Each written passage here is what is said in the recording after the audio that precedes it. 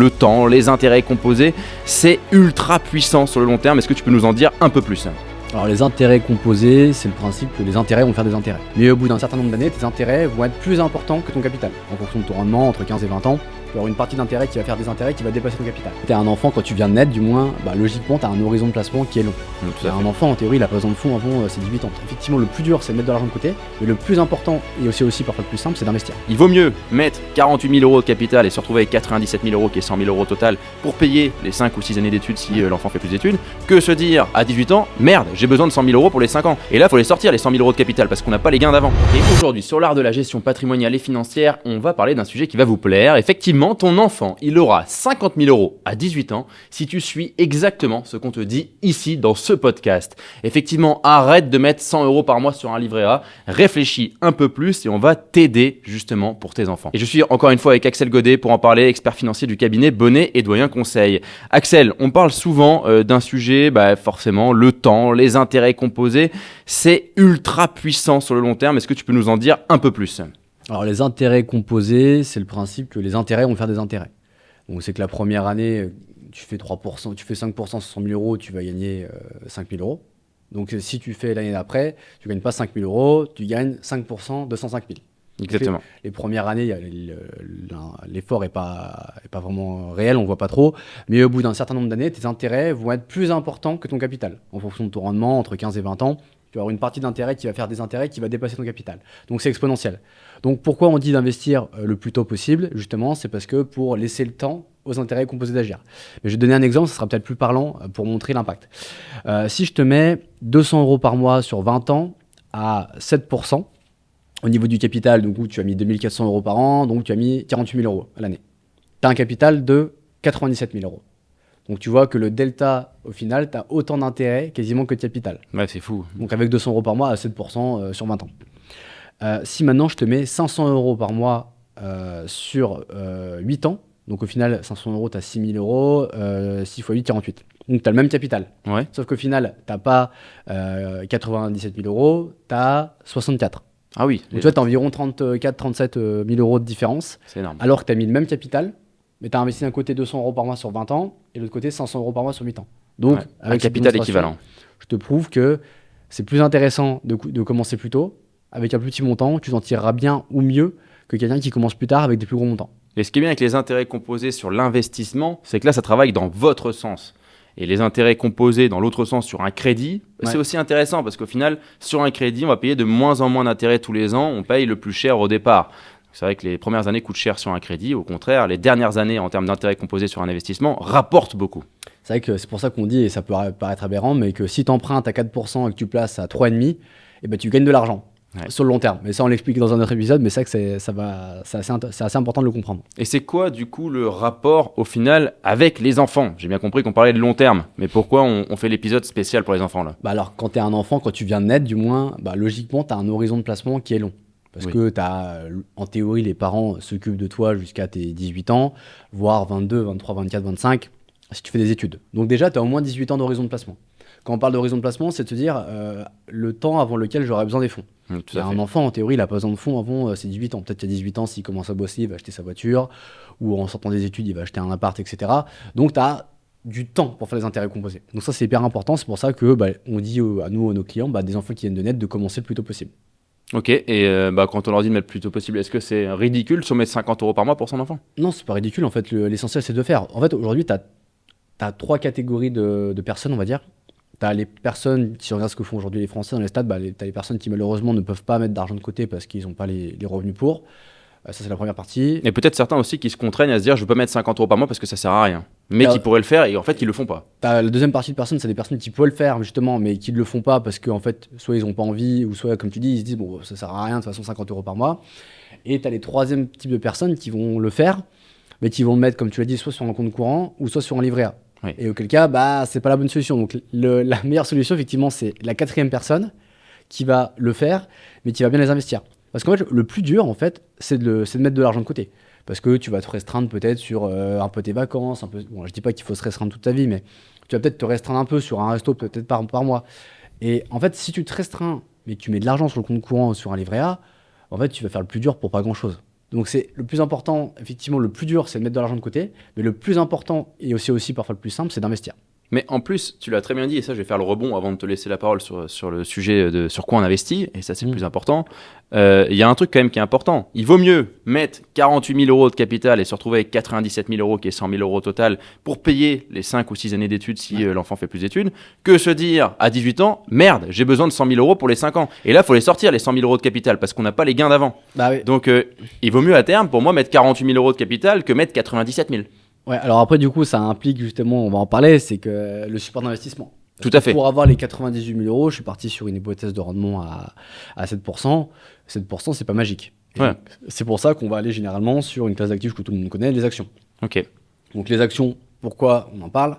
Les actions, c'est la classe d'actifs de référence. C'est-à-dire que sur le long terme, sur les 100 dernières années, on a eu un marché mondial qui fait entre 8 et 10%. Ok. Attention, les performances passées ne présagent pas les performances futures. C'est pour ça que tu as choisi 7% d'ailleurs.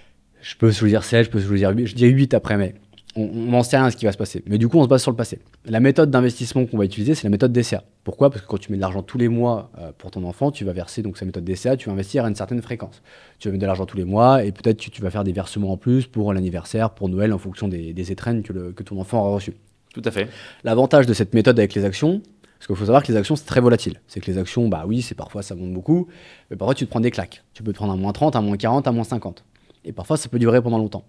C'est pour ça que les actions, on considère qu'il faut les investir sur le long terme. L'avantage de la méthode avec les enfants, donc la méthode DCA où tu vas verser tous les mois, c'est que tu vas rentrer à différents moments sur le marché. Donc ça va limiter ton risque de perte, ça va limiter ta volatilité. Après, si les marchés font que de baisser sur 20 ans, tu vas perdre de l'argent, bien évidemment. Mais ça permet de diversifier tes points d'entrée. Et en théorie, sur le long terme, ça devrait bien se passer, même si encore une fois, il n'y a aucune garantie et tu as un risque de perte en capital. C'est pas magique par rapport au livret A où pour le coup, tu as un rendement garanti. Et en plus défiscaliser, les actions, je ne peux pas te garantir que tu vas faire 8% par an pendant 20 ans. Tu vas peut-être faire 15, tu vas peut-être faire 2, tu vas peut-être faire moins 5. Et tiens, avant de choisir les actions et de donner un peu plus de détails sur le choix des actions à faire, n'oubliez pas de vous abonner à la chaîne de l'art de la gestion patrimoniale et financière. Effectivement, on a besoin de vous. Un petit clic sur le bouton s'abonner et on est reparti sur l'épisode. Axel, sur quoi on investit concrètement, nous, en termes d'actions? Parce que tu n'arrêtes pas de dire la classe d'actifs actions, c'est large les actions. Quelqu'un pourrait très bien me dire, ok, j'investis sur Total. C'est une action, après tout, il répondrait à ce qu'on vient de dire là. Maintenant, sur quoi on investit pour diversifier, maîtriser le risque de son enfant et ne pas effectivement être un kamikaze? Je pense que déjà, comme je disais juste avant, c'est que le plus dur, c'est déjà de mettre de l'argent de côté. Donc, il ne faut pas que ça devienne contraignant l'investissement. Il ne faut pas se prendre trop la tête. Parce qu'on voit beaucoup de clients qui investissent sur 50 lignes avec, ils vont passer des heures et des heures à chercher des actions. Donc, quand tu le fais pour ton enfant, tu ne te prends pas trop la tête. Tu vas faire un versement mensuel, tu vas faire sur des fonds, des ETF, sur des zones géographiques. Tu vas faire les US, l'Europe et un peu d'émergents, pourquoi pas. Et tu ne te prends pas trop la tête. Ou alors, à la limite, tu as le MSCI World, on en parle dans un autre épisode. C'est la solution de facilité parce que tu n'as qu'un seul fonds qui est censé répliquer la planète, mais on voit que c'est surtout des US. Donc voilà, moi ce que je recommande à mes clients, effectivement, c'est plutôt de faire un peu, on fait généralement un ETF S&P 500, un fonds sur l'Europe et un fonds sur les émergents pour une diversification. Mais pas besoin de se prendre plus la tête parce que là tu vas être réparti déjà sur la majorité des grosses capis. Et puis on parle de montants mensuels assez faibles et d'un capital au final qui ne sera pas non plus de 3 millions d'euros. C'est ça, et puis voilà, encore une fois, que si ça te prend beaucoup de temps de le faire, tu vas avoir la flemme de le faire. Exactement. Donc, faut aller sur la simplicité. Simple, efficace, rigoureux, et normalement ça marche. Alors ça marche sous réserve que les marchés continuent de monter sur 20 ans, ce que je peux pas te promettre. Mais ce que je voulais dire dans la rigueur, et c'est pour ça que j'insiste, c'est qu'il ne faut pas se dire j'arrête les 100 euros par mois dès que le marché commence à baisser. C'est justement le contraire. Ouais. C'est là où il faut investir. Faut pas Ou dès que le marché monte trop, j'arrête. Il faut jamais s'arrêter. Il faut mettre un montant mensuel limite que vous pouvez augmenter ou diminuer, ça ok.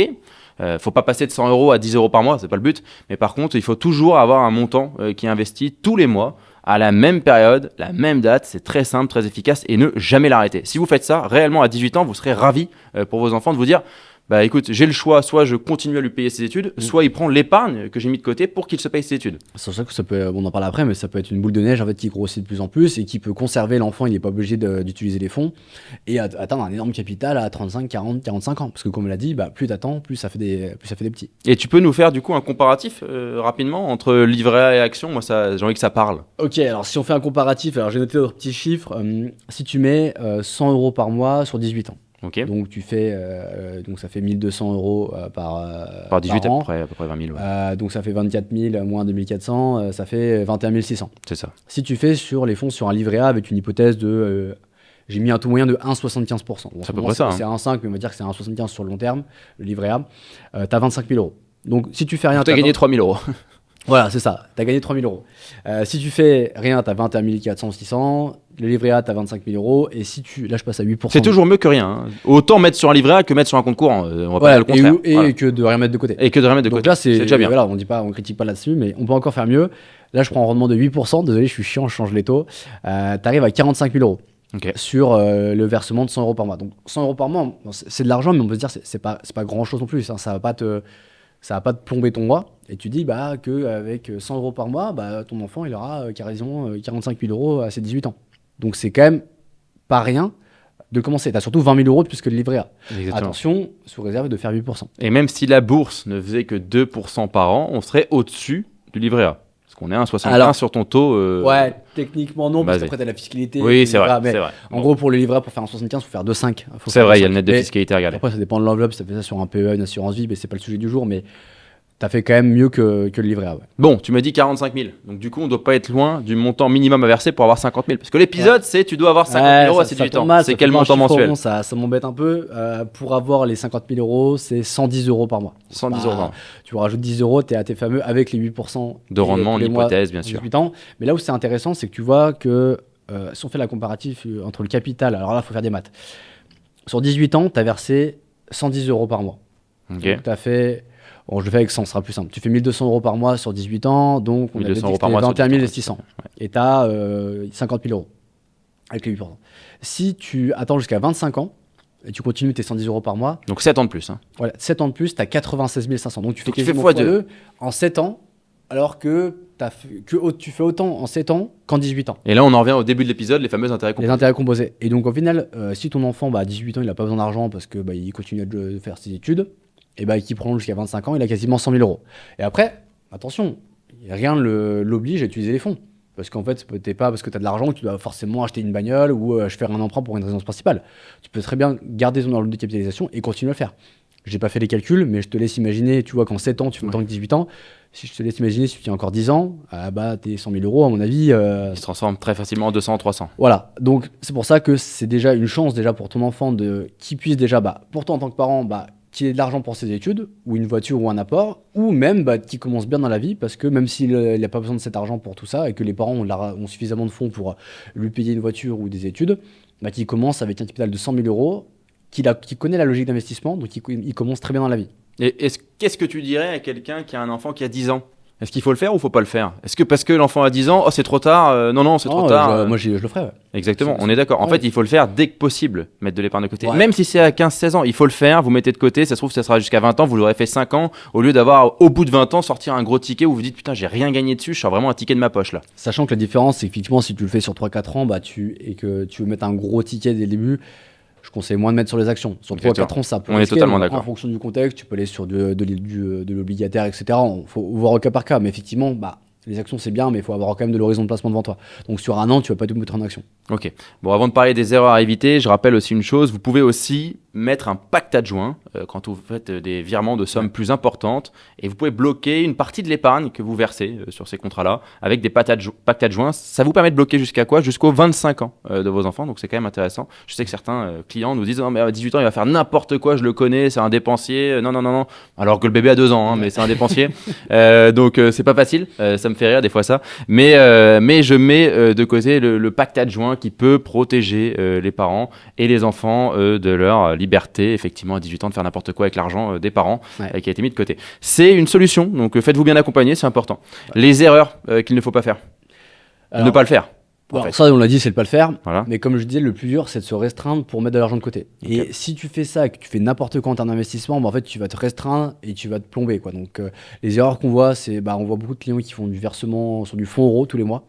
Bon, ok, il y a une garantie en capital, mais faire un versement tous les mois sur du fonds euro, sachant qu'il n'y a pas de volatilité et que tu as 18 ans d'horizon de placement, je suis pas sûr que ce soit la meilleure chose à faire. Puis vu le rendement moyen du fonds euro qui est à 2.3, limite le livret A va être mieux. Et t'as pas de bonus parce que c'est des petits montants, c'est mensuel, donc tu as des rendements à 2, donc autant faire du livret A, franchement. Ouais. On voit aussi, avec le pire, c'est que quand tu fais ça et que tu prends des frais d'entrée, on voit beaucoup de clients qui font ça pour leurs enfants, ils versent 150 € tous les mois avec 3% de frais d'entrée. Ouais. En fait, tu gagnes rien, en fait, tu gagnes 0 parce que du coup, tu gagnes 2,5 mais tu perds 3 de frais d'entrée, donc tu gagnes rien. Et on voit aussi ceux qui veulent investir sur des gestions pilotées ou autres, donc c'est pareil, ça, c'est le même discours qu'on a avec les clients classiques, c'est que Alors la gestion pilotée, c'est mieux que rien, on va dire. C'est mieux que rien. Mais tu vas payer pour une gestion, tu vas avoir des fonds qui vont être peu performants et gaver de frais. Donc si tu veux vraiment le faire, va pas voir ta banque, tu ouvres un contrat sur une banque en ligne ou assureur en ligne, tu fais ce qu'on a dit effectivement sur les supports actions des ETF. Simplicité, rigueur et terminé. Simplicité, t'auras pas de frais, t'auras pas besoin de beaucoup de conseils sur des choses comme ça, parce que au final c'est des choses simples comme on l'a évoqué. Et nous, avec tous nos clients, en tout cas, on le fait. Hein. En fait, Exactement. ça va avec le conseil client qu'on fait. C'est-à-dire qu'un client qui vient nous voir, qui a 500 000 euros à investir, on va le faire investir. Et puis derrière, on va parler de ses enfants. Et s'il nous dit, j'ai un enfant de 3 et de 6 ans, let's go. Et on met en place les contrats Exactement. avec les versements mensuels. Simplicité, versement mensuel sur 2 ou 3 ETF et puis terminé. Donc ne pas le faire, si vous voulez le faire tout seul, faites-le sur une banque en ligne ou un assureur en ligne. Et pas avec votre banque, parce que généralement, quand on voit nous les contrats enfants des clients, en fait c'est des fonds de la banque. Il n'y a pas d'ETF, il y a des frais d'entrée, bref, c'est une cata. Donc c'est dommage en fait de se restreindre et de tout perdre en fait dans l'investissement. gaspiller ton effort avec un investissement qui est peu rentable. Eh bien, merci beaucoup Axel pour ton expertise encore sur ce sujet, puis j'espère que beaucoup d'entre vous vont mettre en place la stratégie. Merci à vous d'être aussi nombreux à liker, partager, commenter le contenu, n'hésitez pas surtout à vous abonner. Et si vous voulez aller plus loin, il y a un chapitre dédié aux enfants, la transmission notamment, mais aussi l'assurance vie pour les enfants. On va plus loin, on donne plus de conseils, n'hésitez pas à acheter ce livre, je vous promets qu'il est mieux entre vos mains qu'entre les miennes. À bientôt.